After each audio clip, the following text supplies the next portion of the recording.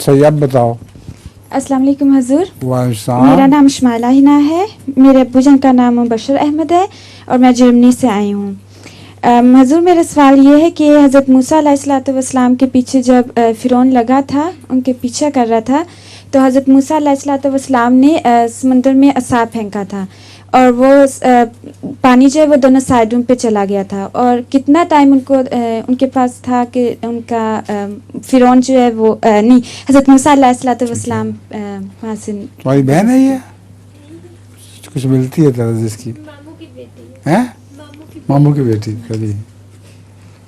वो असा जो है वो फेंका नहीं था, असा से पानी में असा डुबोया था और दरिया फट गया था। वो समंदर नहीं था, वो समंदर के किनारे जो दरिया गिरता है ना वो था, डेल्टा कहते हैं उसको। तो ऊपर से जो लहर आ रही थी एक समुद्री पानी, एक पहाड़ी पानी की, वो अभी पहुंची नहीं थी वहाँ और समंदर की लहरें झुकी हुई थी पीछे की तरफ।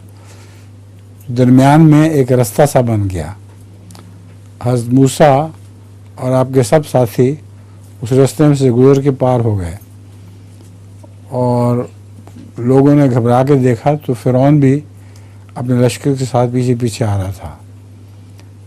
हज़रत मूसा को उन्होंने कहा कि फ़िरौन भी आ रहा है। आपने कहा मेरे साथ मेरा रब है, बिल्कुल परवाह ना करो।